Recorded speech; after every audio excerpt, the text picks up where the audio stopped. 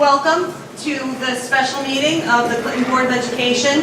For those of you who don't know, my name is Erica Gelvin. I'm the chair of the Board of Education. And we're here tonight to hear the recommendations of our Clinton Community Committee on Facility Needs as they pertain to the use of our facilities for our school district. Just a little bit of background. There, here's one. The reason that we're here is that our bylaws allow for the chair of the Board of Education to appoint a special advisory committee to deal with matters pertaining to the management of the district that kind of fall outside of our normal scope of work. And obviously something like how we use our facilities, that's kind of a big ticket item. That's something we need to take time, be thoughtful with, make a great many considerations about the decisions that we need to make pertaining to how and when and why we use our school buildings. If there's a fixed objective that this committee will stand for a certain amount of time, we began our work in the spring with a kickoff meeting in March, and obviously this is the termination of that work. And the members, and I will go through the list of the people that were appointed by me to kind of give us the full scope of conversation, consideration, and depth of investigation into the matters that we need to consider when looking at how we're going to use our facilities in this district. Okay. So the purpose tonight, this is a special meeting, which means that we can only do the item that is on the agenda. We have a one-item agenda this evening, which is to hear the recommendations of this committee to the full board. We did, of course, have board representation on our committee, but not everybody on the board was part of this process, so that's what we're here to do tonight. There will be some mechanisms for comment. However, they will not be tonight, and I will talk about them after the presentation. So you will have an opportunity to share your reactions to what you hear tonight, questions and concerns and things like that, but this is not a public hearing. There will not be an opportunity for people to stand up and share their perspective tonight. So this is just a basic timeline. Like I said, we started our work in March. We worked diligently, meeting at least once a month to go through a variety of considerations, of concerns, of pieces of data. And we're here tonight, like I said, to share the results of that work to the full board, and then the final decision will be made at a future meeting, which I will also mention after the presentation. Just a little bit kind of about who served on our committee. We had a really nice representation of teachers, community members, experts in their field as pertaining to everything from technology to maintenance of our facilities to parents, to administrators, and to board members. So we really had a very nice representation on the board. And if I can just kind of divert from the program for just a second, I just want to take a minute to say how much I appreciate this committee. When I selected them, first of all, everyone agreed, which I was not at all sure. I thought they were going to be running the other way for me and not look me in the eye or anything. And I knew I was asking them to go deep. I knew I was asking them to ask some very hard questions and to consider some things that might not have been terribly comfortable or palatable when we started this work. And not only did they agree to that and commit themselves fully, but, you know, came to all the meetings, challenged us, pushed us, and I really just want to take a minute to acknowledge how much I appreciate your commitment to this work. So thank you very much for being willing to not only join in this work, but still being willing to like me a little bit.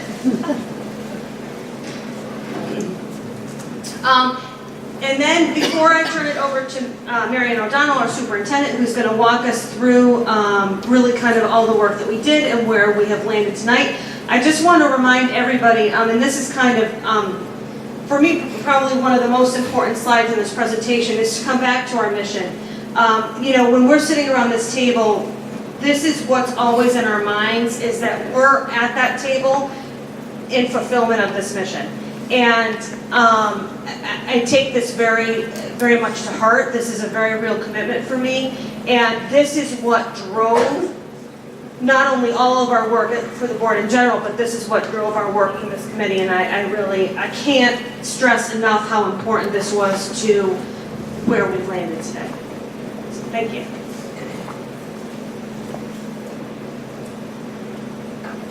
So just as we started with the mission, I want to thank the board and the committee as well as we begin the presentation tonight.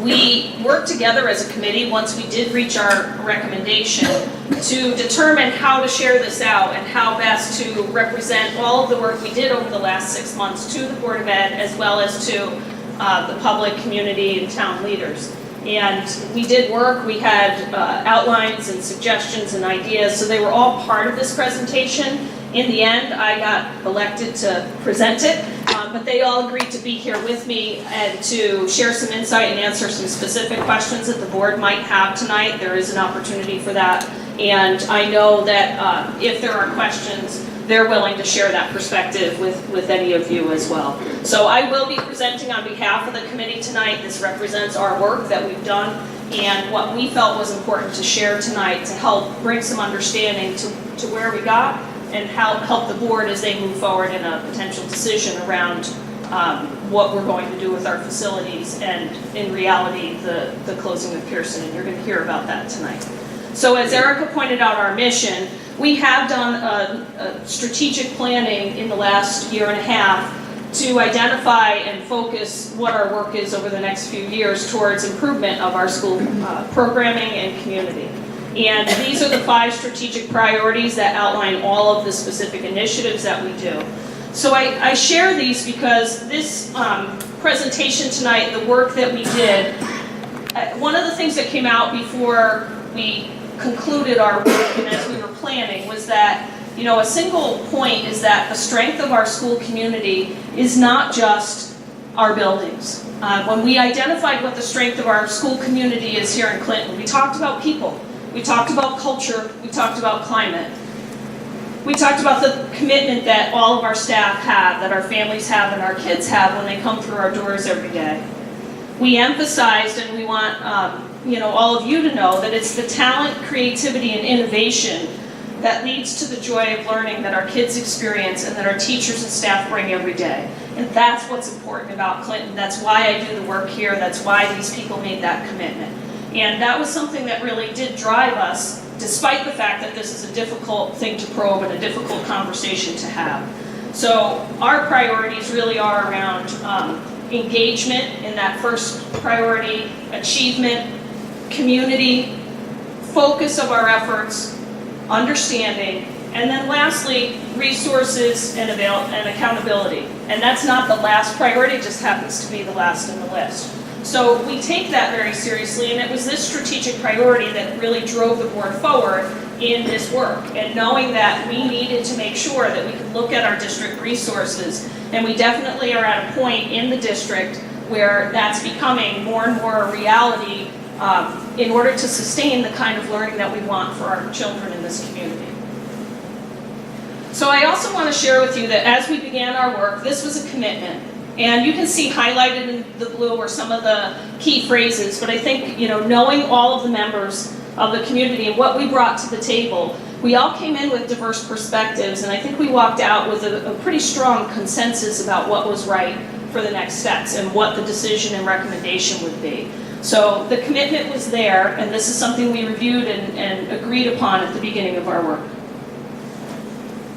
So the plan for tonight is to walk you through the journey. So we spent 6 months, some of us have spent even longer than that looking at it. Board members who have been with us for a while have been eyeing this, and the plan is to walk you through that journey, but a synopsis of it. So please know that we're trying to share those highlights and some of the things that drove the committee towards the consideration to help build context and understanding, but all of the work and all of the detailed analysis and discussion, we're going to try to represent that tonight, but I know there will be some things missing. So we're going to walk you through the journey that really began in 2014.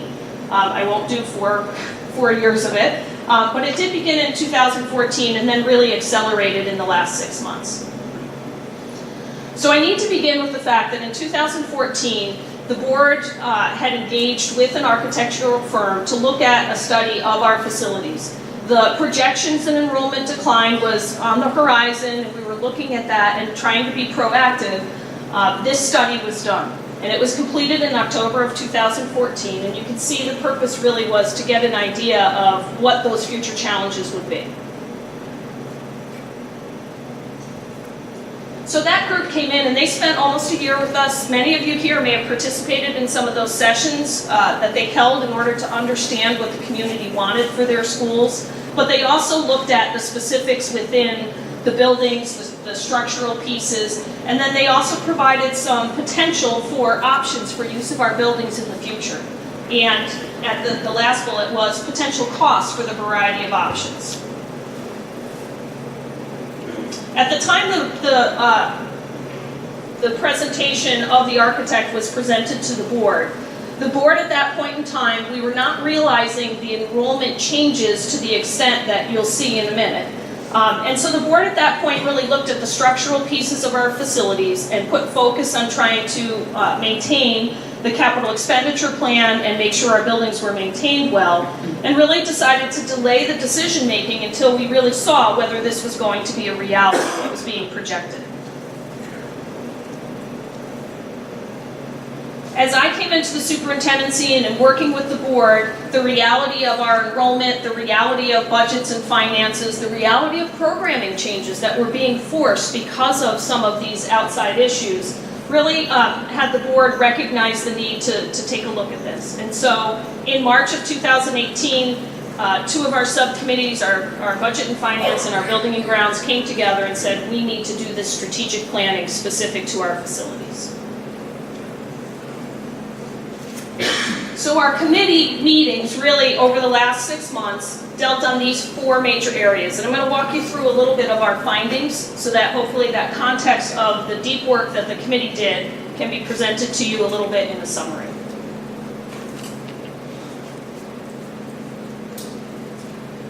So the first one is really enrollment and space analysis. So I want to share with you the enrollment data, and then this group took that enrollment information, took our space maps in our schools, and really looked at how those two things come together. So I'm going to do them in 2 pieces. And I want to share with you how we look at enrollment.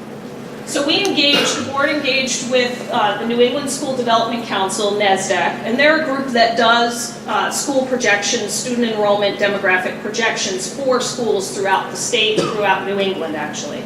And so we had NESDAQ update our enrollment projections and received that last year. We're also contracted with them as part of our collaboration. They will continue to do that annually for us. So they'll take the new birth rates, they'll do the new statistical models based on all the information of what's happening in Clinton, and they will, on an annual basis, update those projections. So this allowed us to take a look at a much more recent and fresh enrollment projection as we started this work. And so what we did see, and what we have been seeing, so I don't think it's a big surprise, but it was confirmed again in these projections, is that enrollment is declining over time. And that is having an impact on the space needs in our building. It's also having an impact on staffing. So we are, and have been in the last several years, making adjustments to staffing as in reaction to enrollment decline. But what's happening now with staffing is we're looking at partial positions. We're looking at people who are now shared between 2 buildings, which is fine, but as that continues, I think it starts to erode a little bit at culture and climate, quality of staff, having part-time positions. Oftentimes people will leave after a short period of time because they're looking for full-time employment. So it starts to have an impact on culture. And I think that was something that as an administrator and our board was very aware of. And then the impact on programs and the ability to duplicate programs with lower enrollment or smaller numbers of students becomes much more inefficient and much more difficult to do well. So I'm going to walk you through a few graphs. All of this PowerPoint, the narration, all of that will be available on our website, so you'll be able to access that in the next day. Hopefully by tomorrow we'll have all of this up. But these graphs represent the NESDEC enrollment reports in a graphical model. And this is the district since 2010. So the first is 2009-10 all the way through the current day. So in this time span, we've decreased approximately, or we have decreased 282 students as a district, spread out K through 12. This graph represents going forward. So 2018 is the first bar, the tallest bar, and going forward through 2027-28, these are projections. Some of them are actually based on the actual birth rate, and some are projected birth rate through their statistical models. But you can see that we're going to continue, we're projected to continue to decrease and decline in our student enrollment. So now I want to look at and share with you the graphs and show you our current school enrollment and grade span. So this represents Joel. And you can see this is current year 2018-19 projected forward. And what this graph tells us is that the enrollment's pretty flat. So in the last 7 or 8 years, Joel has seen the steep decline, but now we've leveled off and we're projected to stay pretty stable at Joel at this number. Ominous, right? I did bring my raincoat, it didn't rain all day, now I get thunder. Okay, so that's Joel, right? Over the next 10 years, I guess it's 9 years. This is Pearson Elementary School. So Pearson is our grade 4-5, and I'll show you a little more about the schools in a minute. But this is their enrollment projection. So current year we're at 251, and you can see there's a little bit more of a decline, and then it's, again, the enrollment decline has moved through. And as I mentioned, the board and our schools, we've adjusted, we've reduced some classroom staff, we've made consolidation in programs along the way. But right now, as we look at enrollment, we're pretty flat between between 192 and 221. So a little bit of bump up and down, but pretty much flat expected over the next 9 years. The third school is Elliott, and we're not going to look at Morgan right now. This will continue through Morgan, but our facility's focused on these 3 schools, so I have this. There will be a report online if anybody's interested in seeing what happens in the high school, but the trend continues and moves forward. So this is Elliott, and where we are right now, you can see that Elliott is just beginning, right, that decline in enrollment. So the lower numbers are moving upward, and so we're going to see that as we continue out, we're projected, and these are pretty much based on what we actually have. So the class in kindergarten is represented out here, 6-7 years. So this is based on actual students in the district. And you can see that we're going to continue to decline. It's about 136 students at Elliott as is. So we looked at that as a committee and said, okay, we see that it's happened at Joel, it's happened at Pearson. What's the impact of that on the schools? Do we have space in those buildings? What does it mean? And then what's going to happen at Elliott? So I want to walk you through the space activity and the information that we came up with. So we'll start with a quick overview of each building. Many of you know our schools. I'm sure many of you have visited them, been in them. Some of you attended them. And they may have had different grade ranges at that time. But this is Joel Elementary School as it stands right now. This is actually a graphic from that DRA study I told you. And it shows you the aerial view as well as a map. And this is its floor plan. This is a little bit about Joel. So you can see it's approximately, I guess it's 55 years old at this point. And it's had several additions along the way. So the core is that old, the others are slightly newer.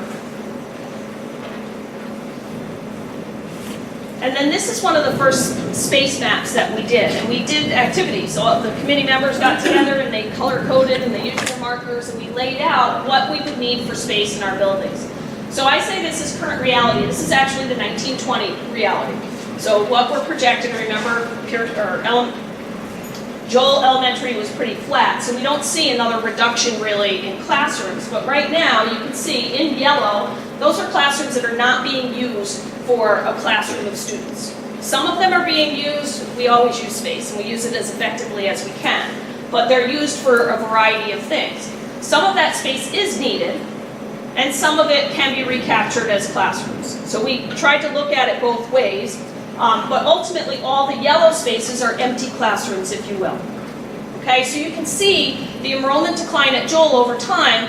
What that has resulted in the building is classrooms that are being emptied or slightly repurposed for offices or for small group intervention or whatever. This is Pearson Elementary, right? It's a 3-story building, beautiful building on Main Street. You can see the aerial, and then these are the floors, upper, middle, and lower. Pearson is currently 86 years old. It's had 2 additions, the library and a portion of the wings. And then you're going to see here in a moment kind of what space looks like here. So in this map, the yellow also represents schools that are not used, classrooms that are not used for actual classroom teachers and a group of children. I will tell you that those yellow spaces are being used, and they're used for different programs. So we would have to consolidate some space if we were to increase here. But they're not being used as classroom teachers. So we have 11 total classroom teachers at Pearson right now, and we're looking and projecting to go down by 1 more with the enrollment change. So yellow represents open spaces, and that lower floor, in all fairness, those spaces are kind of for what we call specials. So it's art, it's music, it's the gymnasium, the cafeteria is used for lunch, it's also used for instrumental lessons in the afternoon, I think it still is. So those are slashed in green because they're used half the day and then they sit empty the other half the day, or are repurposed for meetings or for other purposes as we look to use space. And then lastly, this is Elliott Middle School. A little bit of information about the facility. This is pushing 60 years old. So both Joel and Elliott are around that same age. Pearson is the older of the 3 schools. And this is not, Elliott right now has 4 open classrooms. Next year, with the projection changing, we're projecting 2 additional open classrooms with a restructure of the team, so you should see, I think, 6 open classrooms. 3, 4, 5, 6. Okay? So as Elliott continues to decrease, we're going to see a little bit more space opening in Elliott. The other 2 schools are pretty flat at this point, but have open space.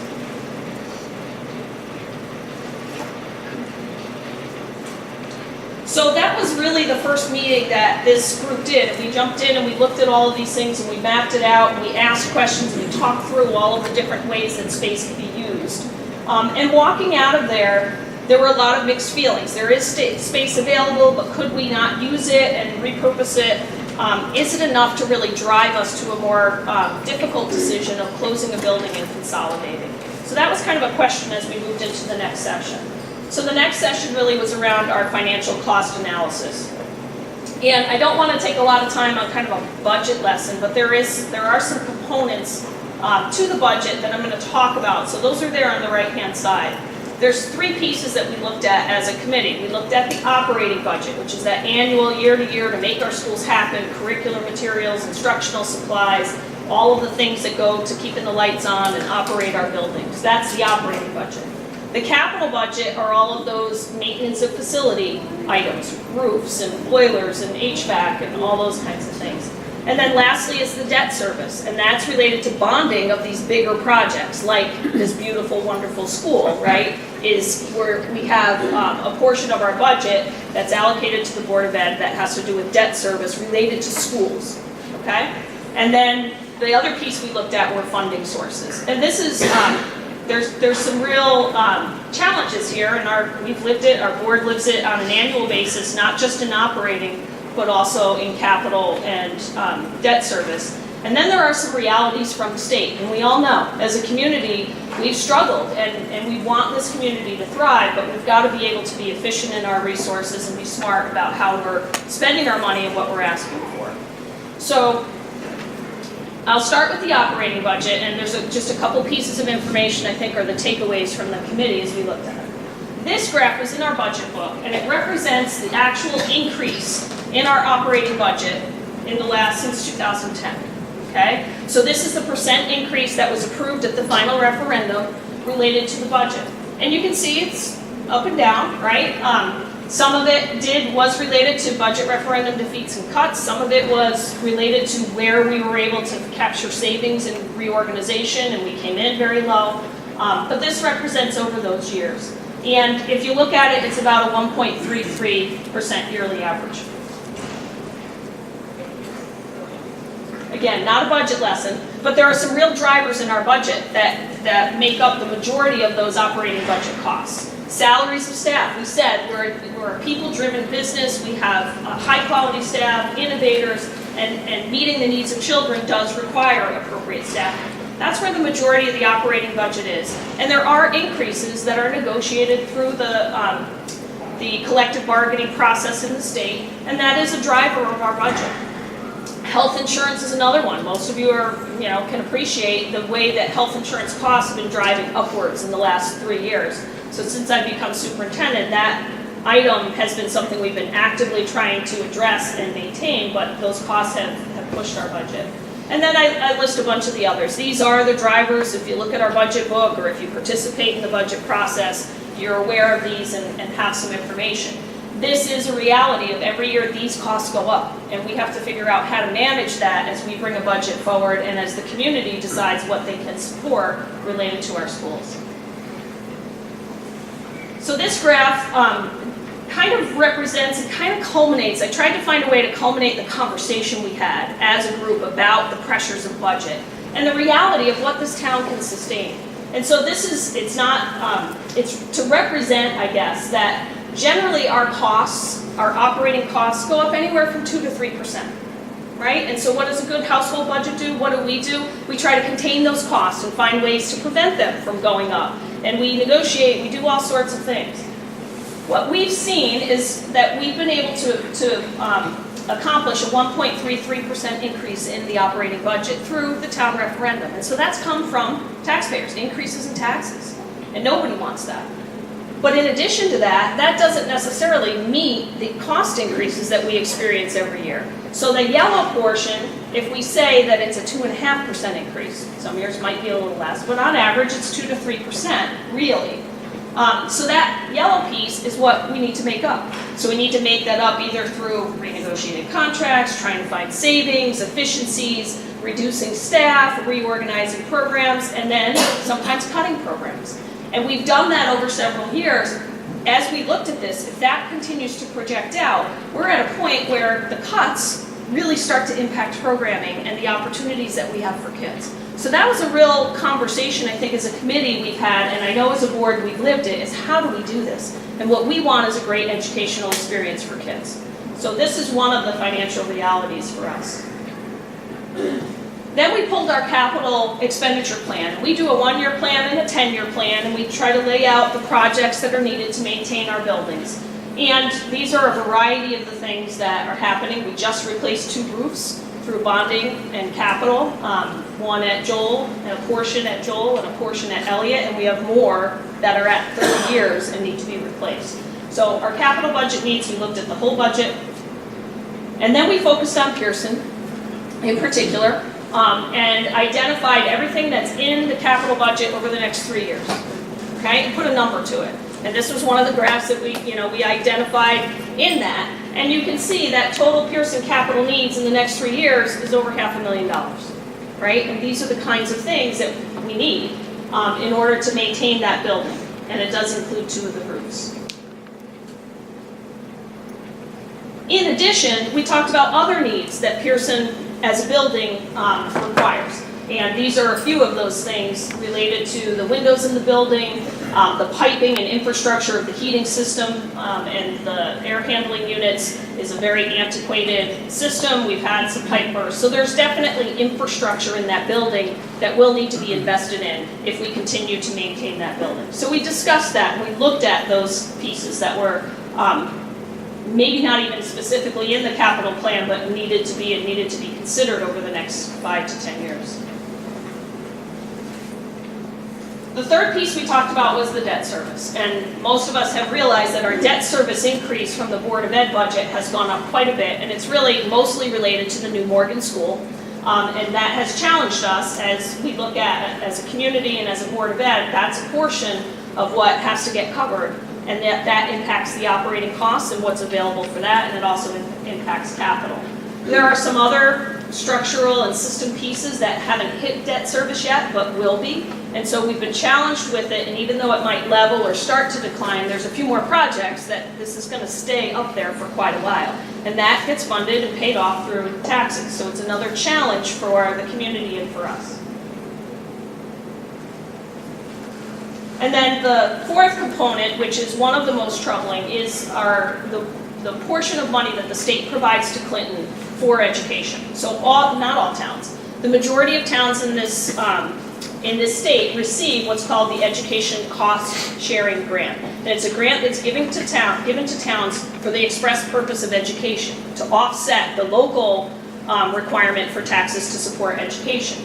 And Clinton has received quite a bit more than many of the surrounding towns over the years. And a lot of that has to do with politics and who knew who and the formulas. But ultimately, in 2017, the legislature and the state legislature, when we didn't have a budget till October, they reorganized and redid the funding formula for this grant. And in doing so, it greatly impacts Clinton over the next 8 to 9 years. So right now, we get $5.7 million approximately, and you'll see it in the graph in a second, here in Clinton to offset our entire budget. Okay, it comes to the town and it offsets the costs that we require. This is the graph of what is projected to happen with the new formula that was passed a year ago at the state level to Clinton. And we can see that it's not going in the right direction. So what this really means, just quick, if you compare the two bars, right now, this year, you can see we get almost $5.7 million. By 27-28, we're down to $3.7 million. In red, that's the reality for us. Every year, on average, the state's going to give us about $214,000 less to the town to offset costs. So what do you do about that? You either cut, you reduce, or we make it up in taxes or find another revenue source, right? So those are challenges that as we looked at the whole financial reality that are putting pressure on us as a school system in this community. And we are part of that and need to figure out a way to move forward so that we can sustain what we have and thrive. Again, a quick show of what's happening to our costs and then the state funding. And that is our reality. So once we looked at space and the possibilities, and then we looked at finances, the urgency and the reality of we need to really look at this carefully came into play, and we shifted into what we're all about, which is our program analysis and what we offer to children in this community. So a quick primer for those of you who may not be as familiar with what's happening in schools. Here in Clinton, in grades pre-K through 5, at Joel and at Pearson, the model on the left kind of shows you the courses kids take and how it's laid out. And then the middle school, as it currently stands at Elliott, is very similar. And you can see as you compare the two sides, right? There's some extra pieces at Elliott. Instead of the specials that are art and music, they still get those, but they also get what's we call unified arts, which includes our family consumer science program, our technology education, which is manufacturing and robotics and graphics and video. And so those are some enhanced pieces that the middle school offers that you don't see at the early elementary level. This is a little bit on how we deliver our programming and instruction. So right now, at both Joel and at Pearson, through 5th grade, we have one classroom teacher with their 22 or 23 students. Some have 24 right now. In grades 3 through 5, in our lower grades, we have smaller class sizes. But it's a self-contained classroom, one teacher, they teach everything, right? The kids are with them almost all day, except for when they go to art or music or those specials we call them. And then the middle school is a little different. Students travel from classroom to classroom, but we have teaming structures of 4 core teachers, and they share the students. So it's kind of a step in. When you get to the high school, you have all different teachers and you're moving. But that middle school level is really developmentally addressing the needs of kids and helping them transition from that self-contained environment at the elementary to the more independent self-advocacy environment at the high school. And that middle school really addresses the middle level learner and the developmental needs of the student. So with that in mind, the committee, after looking at space and looking at financial reality, said, okay, And in reality, the smallest of the schools and the oldest of the schools is Pearson. So the question of why Pearson? We did kind of toss around the other schools, came to the conclusion that Pearson probably is the one we needed to look at. And so before we could go anywhere else, it was, okay, what happens if we close Pearson? And I think that first question about what will be lost was where we spent the most time. Because Pearson is a wonderful school that is such a critical piece of our continuum and experiences for students, and they have some very unique experiences there. And I'll add an outstanding staff who's here in force tonight. So we did, and we have Pearson teachers and staff members on this committee, and we outlined everything that's special about Pearson, and we asked the honest question, will we lose it, or can we still do it, but it would be different? And we did. We identified a couple of things that we truly would lose, right? You would lose the history of Pearson and the connection to this community and that historic significance, the location. And the way the school and we built the programming around that location is really amazing. So we talked a lot about that. And then I think the third one is the idea that our buildings are used all the time for our community programs, and Pearson is used for Park and Rec, and that loss of a gym, believe it or not, is going to have a huge impact on availability of programming for kids through Park and Rec. And so we would need to think about what that looks like if we moved out of there as a school and how the town would do it. We then talked about a lot of the things that the location at Pearson does and allows for experiences for kids. And we talked about, okay, so could we still do the walk to the cemetery and Old Brick and Stanton House? We can. We'd have to plan it differently. We'd have to take kids down there, spend the day as a field trip, plan it out, but we can. It doesn't prevent us from accessing it. It's just not as convenient and easy. Do we love that? The location's great, but it can be done. It might be a slightly added expense, and it takes the effort and coordination to do it, but it's a critical part of our curriculum, and therefore it would be done. Talked about Marine Science Day at Town Beach, which is another hallmark of the experience at Pearson. And yes, we could still do that. We bus kids from Morgan to go down there and work with our younger children. It would be coordinating and actually transporting kids, so we'd have some costs, but we could still do that experience down there.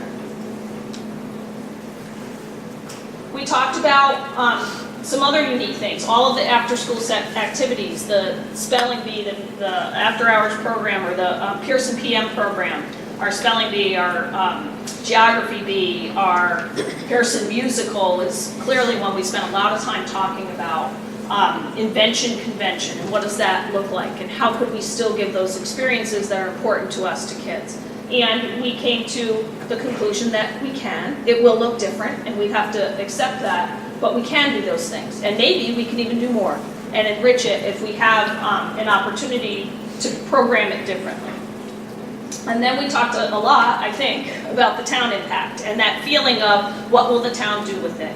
Nobody wants to see a building of this historic and emotional connection to this community sit vacant, right? And so what are the opportunities for the town?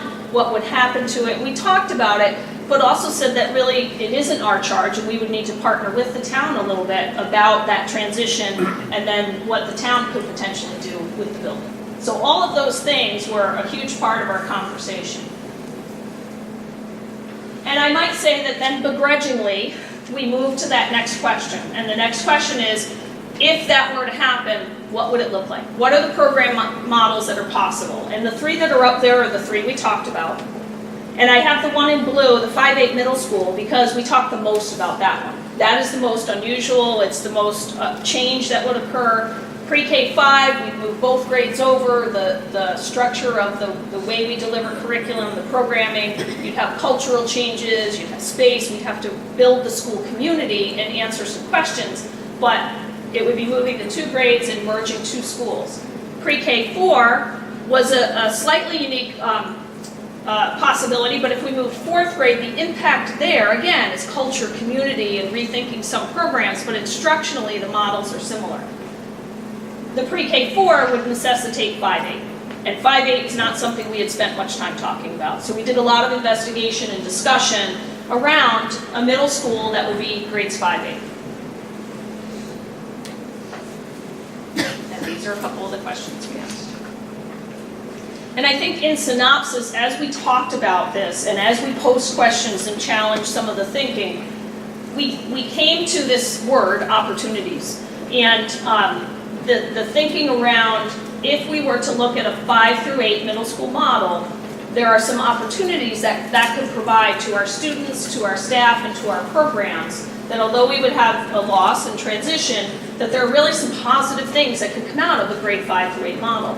We talked about other districts, locally and even beyond in the state, who have this model and how they approach it. We talked about things that we could do, and a lot of them are listed there, if we were to do this model here in Clinton. And we really explored this through a big part of our meeting. One of the things I guess I want to in particular point out is the teaming model in 5th grade. So we talked about that self-contained, the kids stay with you all day, they go to music or they go to art. And I think we spent a decent amount of time talking about if 5th grade went over, would that model stay, or would we look at some kind of teaming?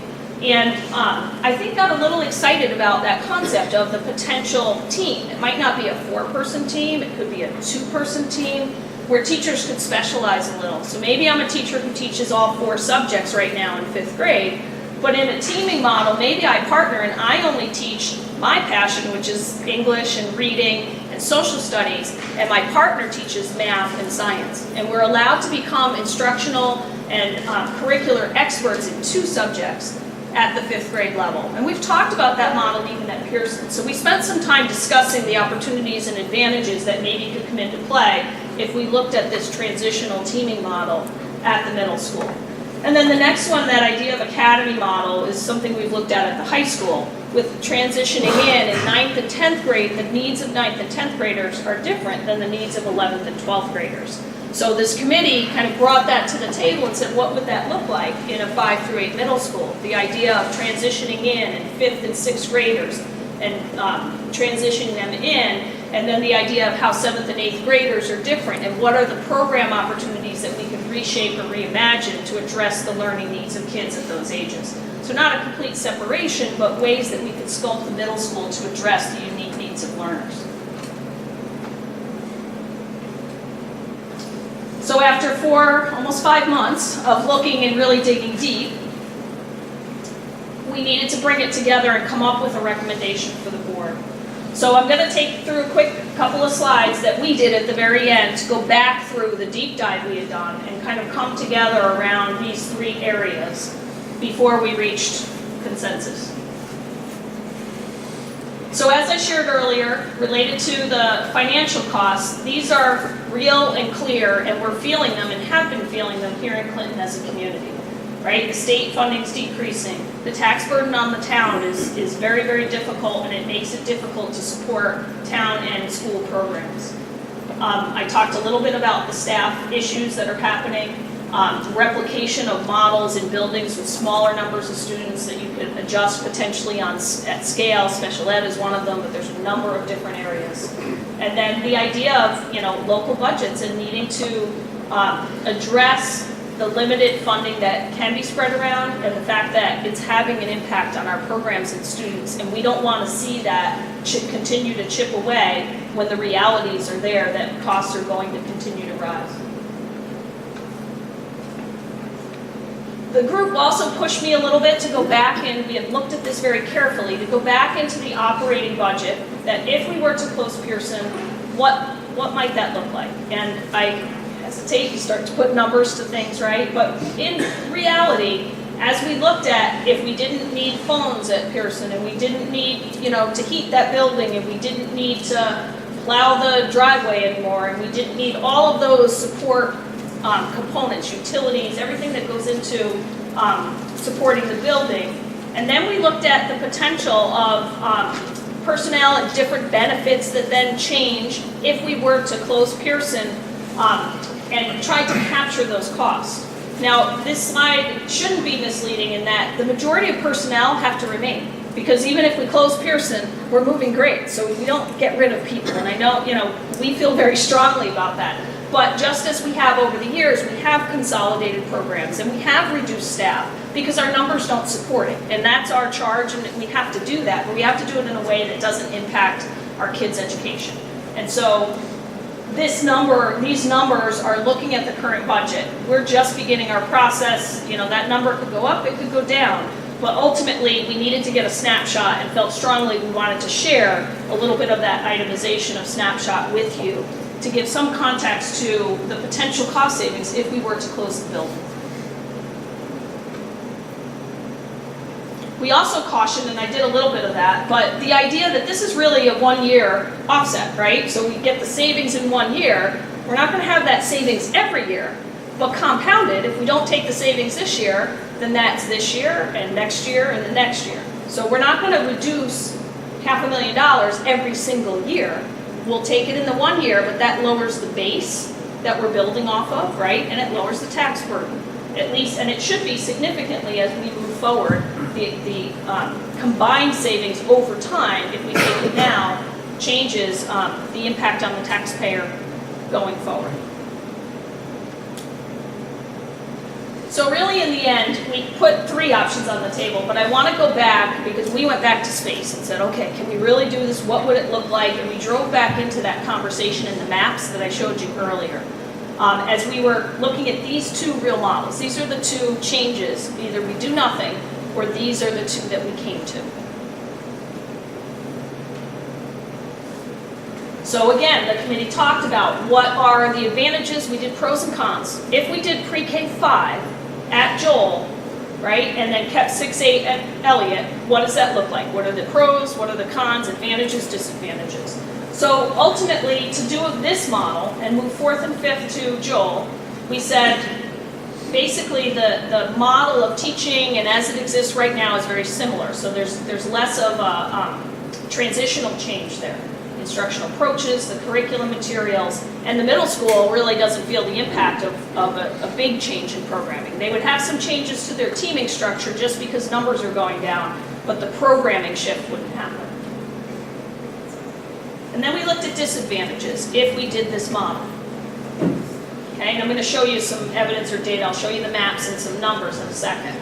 But what that does is create a pre-K-5 range, which goes anywhere from grade 3 to grade 10 in one building. The numbers in that model stay large, and you'll see it in a table in a second. So we would have very strong imbalances over time at Joel and at Elliott.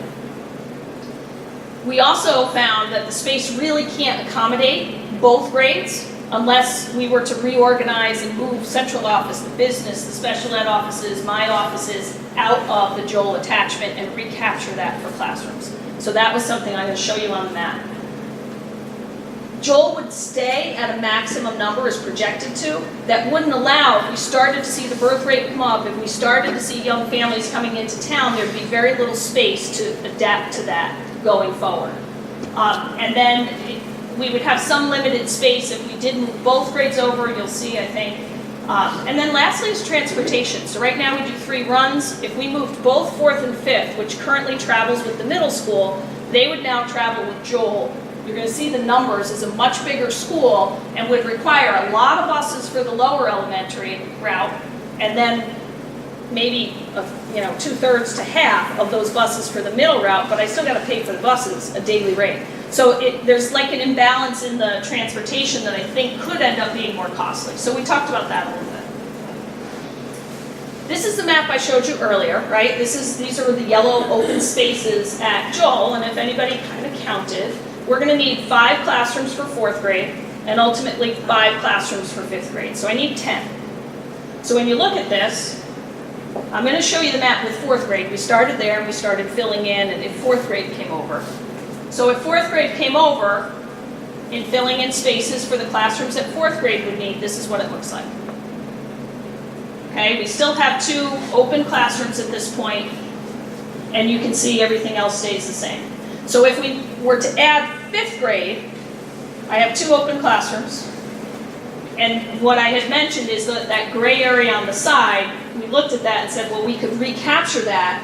We'd have to do some renovation, we'd have to move offices down there, maybe free up other classrooms, but it would require much more movement probably a higher cost to do that at this point, to bring both grades over. So this represents with 4th grade, right? 5th grade, we need 5 more classrooms.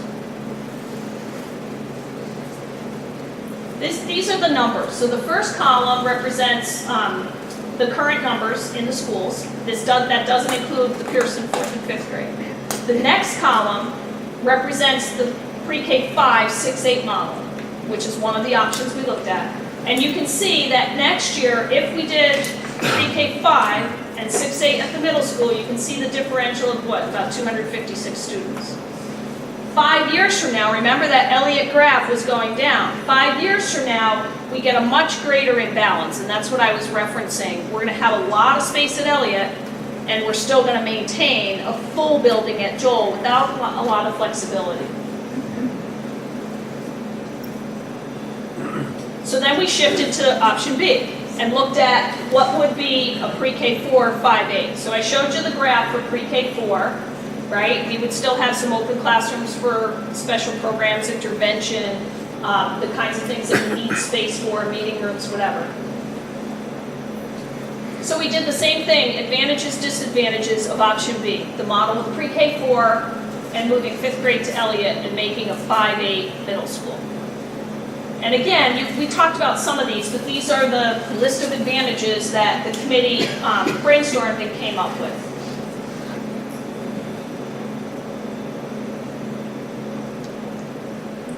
And again, I think that word opportunity, it would be a big shift and a programming change, but some exciting opportunities for our 5th grade students moving into a middle school and maybe a transitional teaming concept. And then we talked about disadvantages. And it means all 3 schools are impacted, right? It's a big programming and logistical move. There are some considerations when it comes to teacher certifications. We talked about this a lot. So most teacher certifications are K through 6, right? And then secondary is 7 through 12, but you can teach a 6th grade. And then there's a middle level, which is 4 through 8. So we have teachers who have all of those, right? And if we go 5-8, we will have 5th grade teachers who could teach 5th or 6th grade, but would not be able to teach 7th or 8th. And we have 7th and 8th grade teachers who could teach 6th but not 5th. So we had to look a little bit at that big picture to make sure it would work. And it does. And I think if we look at the concept of 5-6 academy, of the students transitioning, and 7-8, that's really how we would align certifications. But it does limit a little bit more unless we have teachers who are 4-8. And we do have a number of those who are certified to teach subjects in grades 4 through 8. And then, quite frankly, in that first year, and you saw the maps, I'll show you in a second, Elliott's going to be a little tight, right? And then as it declines, it will gain some room. But if we were to do it in the first year, starting next year, we will have space, but it will be tighter, and it will gain some space over time. So this is the map I showed you earlier of Elliott, and you should see about 6 rooms available, right? How many 5th grade classes? We think we need 5 at this point. And so it does fit, and that fit gives us that 1 empty classroom. The challenges will be in some of our specials areas. Some of those classes have lower class sizes, and for a year or 2, we'll be closer to what our max was at Elliott, and that's going to continue to decline. So the challenge will be a little bit tighter space. We've been able to expand a little in Elliott over the last few years as numbers went down, so we'll feel a little tight, but I think we feel as a committee that we can make that work. This is the same kind of table to show that if we used this model, pre-K 4 and 5-8, or right now without 4th and 5th grade, you can see we're at 469 and 435. If we were to do the pre-K 4 and 5-8, you would have the 555 and 525, and then 5 years later, Elliott would be down to 441.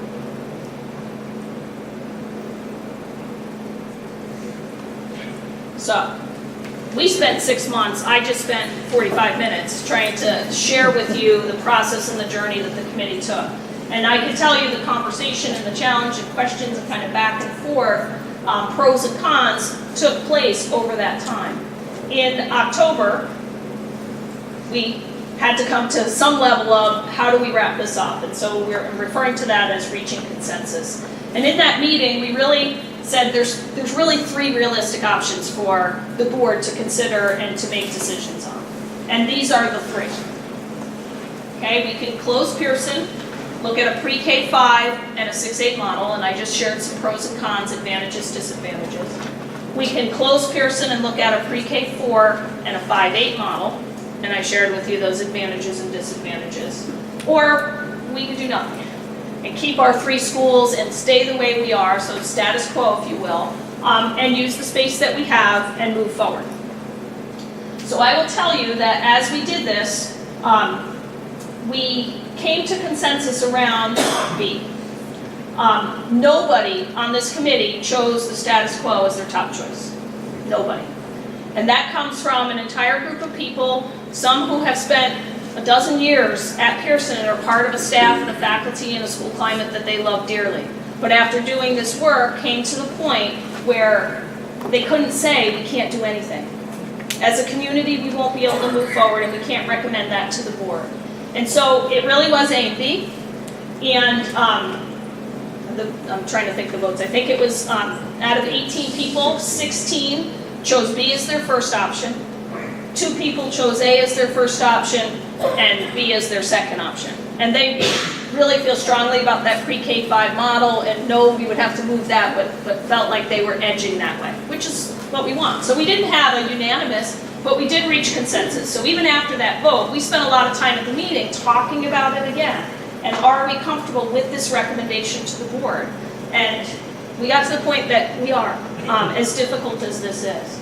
So again, I think the rationale for the choice, I know I'm hitting it hard, but this is, I can't deny how difficult, emotional, connected we are to the student experience and the learning, our board, the committee, and I know all of you because you're here tonight, right? But the realities of what we're facing and what we believe in for our school community, and I said this at the beginning, and it was echoed by some people on the committee as we kind of looked at, oh my gosh, where are we and how did we get here? And this really is our recommendation, that it's too important what we do and what we provide for children to not do anything or not make a hard choice. And the commitment is all around, if this is the choice that's made, how we move forward and make sure we do it right.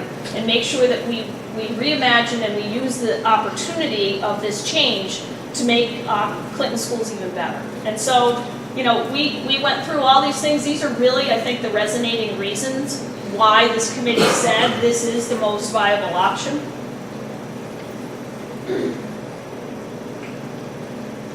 And then we took the last part of the committee and have been doing some of this conversation. This is not meant to be all-inclusive, but just to give some context to, if we do and the board makes this decision and we move forward, that this is all the programmatic thinking, some of which has been done, and we've been having conversations, and I know people are thinking, but we need to bring people together, and we need to develop our programming in a way that celebrates what we already do well and looks at opportunity to maybe use this transition as a means to even improve on what we're doing. And so these are a whole variety of programmatic planning items that need to happen. Then we talked about the logistics, and this may be even more daunting if this occurs. The idea of packing, moving, and unpacking, and the whole massive adjustment of 3 schools and what would have to happen. There's a lot of planning. We do have some experience moving from the old high school to here and have some models, but when you look at all of the pieces, this is a very difficult, monumentous decision. It's going to be a lot of hard work that we're going to need to come together and to do right if the decision is made. I need to mention the idea of cost, because we did talk a lot about it, and it did factor into the final decision a little bit, is the idea that there are some projects that will need to happen, that will have to happen if we're going to do this. And the first 2 are already in our capital plan. One of them was cut last year, and we delayed it for a year, but that technology network upgrade at Elliott has to happen if we were to make this move to 5th grade. And it's in our budget, it's not a surprise, but it will have to happen this summer in order to make our technology systems work with the full capacity at Elliott. And then we already have a playground upgrade and adjustments at Joel, and if we were to move fourth grade over, we would have to incorporate that into our planning, and it would be important to make sure that the playgrounds at Joel are appropriate to fourth grade students. So that would be another piece. Those are already in our plan for renovation, but I put them there because they would be things that would need to happen if this were to go forward. Then there are some additional costs that just, again, the beginning of thinking about the transitional needs, there are some costs that will have to happen in order to make all this work, and moving and packing, and there are some small classroom adjustments for programs that might need to happen. And that idea at Elliott with 5th grade, 6th grade, recess, playground area, are there things that we need to do to the grounds? So we put those out there. There's other associated costs that as we start to plan, if this happens, we would be determining along the way. So there are some costs associated with closing a school and making this transition, but we also felt strongly that in the end, after talking about all of these things, that this committee would make this recommendation to the Board of Ed. And that's why we're here tonight. That the recommendation from the Clinton Community Committee on Facility Needs is to close Pearson School, to realign our schools as listed here, and we spent some time talking about this implementation. And while it's aggressive, we feel we can do it, and we can do it right and do it well for students. So the proposal is that we would do this and implement in the 2019-2020 school year. That did involve some discussion. I think we're poised and ready to do it, and I think there's concern about some of the delay. But the caveat for me is if we can do it well and we can do it right for our students, that's the decision we need to make. And I believe we can, and that's why that is the recommendation coming forward from the committee. So I think I'm going to turn this back over to Erica Gelman, our Board of Ed Chair. All right.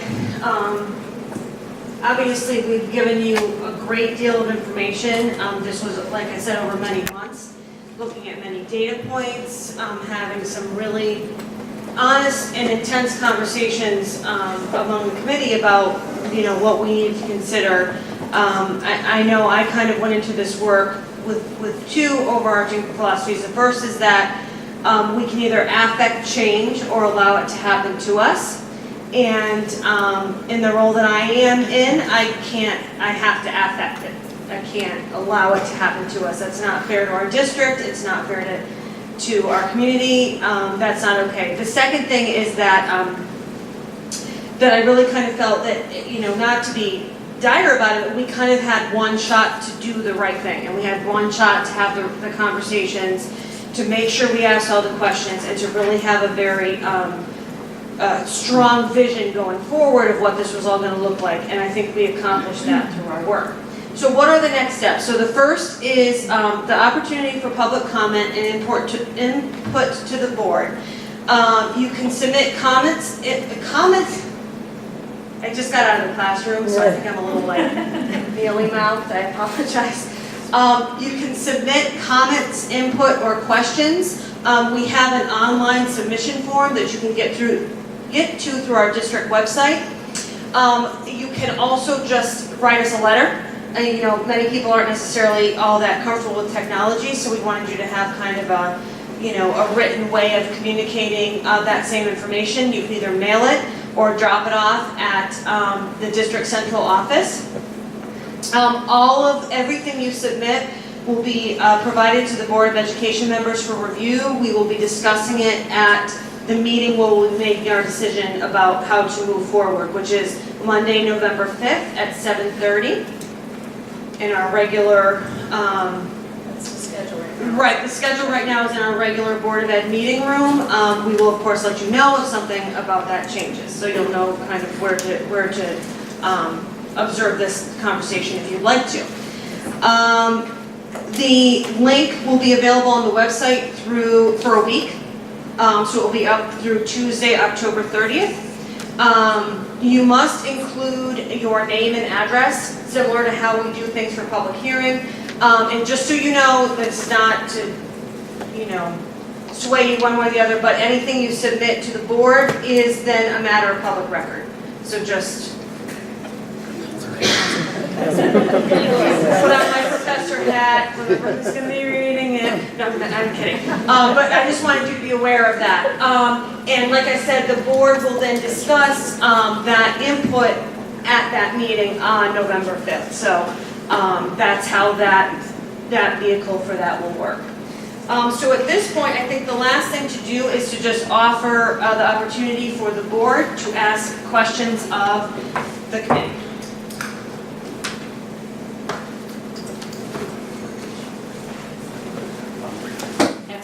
We sat on. It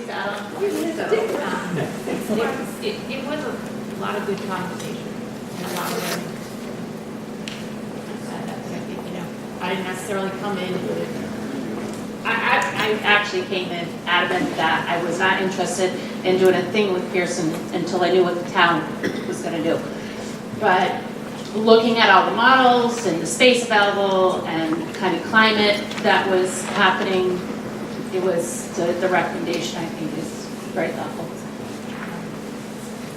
I also sat on the committee, so I've lived this for all the months that everybody else did. And I appreciate every single person who sat on the committee and the many hours that they spent working and coming to the recommendation. I did not have a preconceived notion, although I will say that listening to the pre-K 4 and the pre-K 5 and the 5-8 was a journey for me. And the recommendation that we all came to was very interesting and also exciting. When the opportunities, as we have spoken about tonight, the 5-8 can be very exciting for our students, our children, and I think when I heard about those exciting opportunities, I became more excited about it. So I think that this can be a very positive experience for our children once a decision is made. So looking forward to, and we all have a little, nobody likes change, but I think that once a decision is made, that we can all share in the excitement and make it a good experience for our students.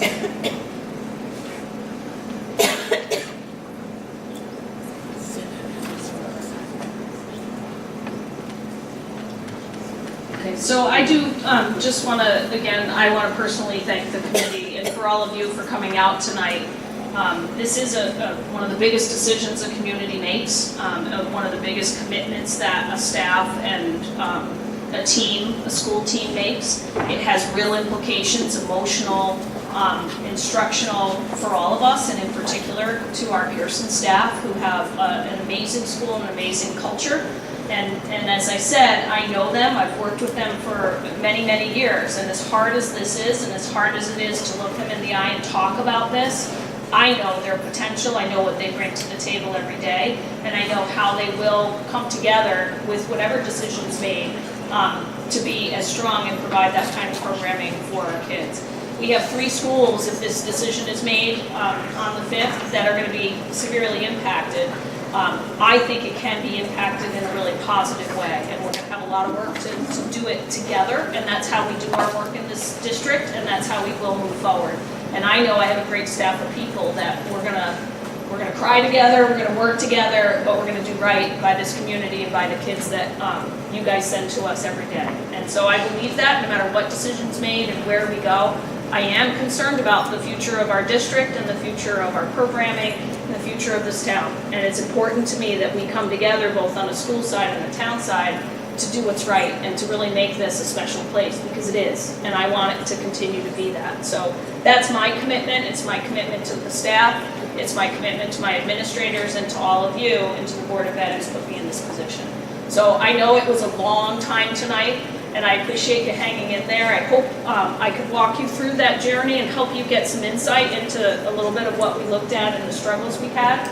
All of this information will be available on our website. If you go to the main page, there'll be a quick link that'll say, oh, it's up there now. So when you go home, you can see it. You're going to click on it. It'll have the form that you can submit comment. It will have this PowerPoint with the narration if you want to go back and look. It'll have a hard copy of it, some of the enrollment reports, and it will be a wealth of information.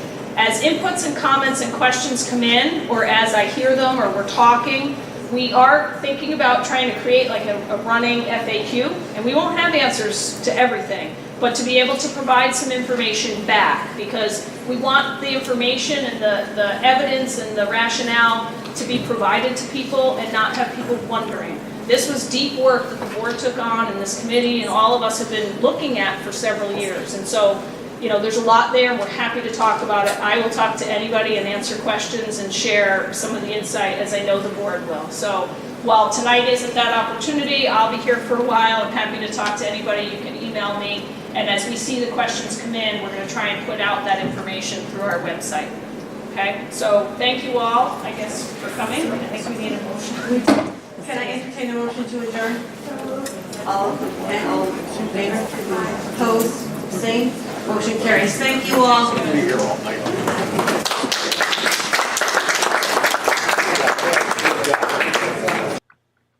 This video provided as a public service by Kirk Carr, the Kirkster.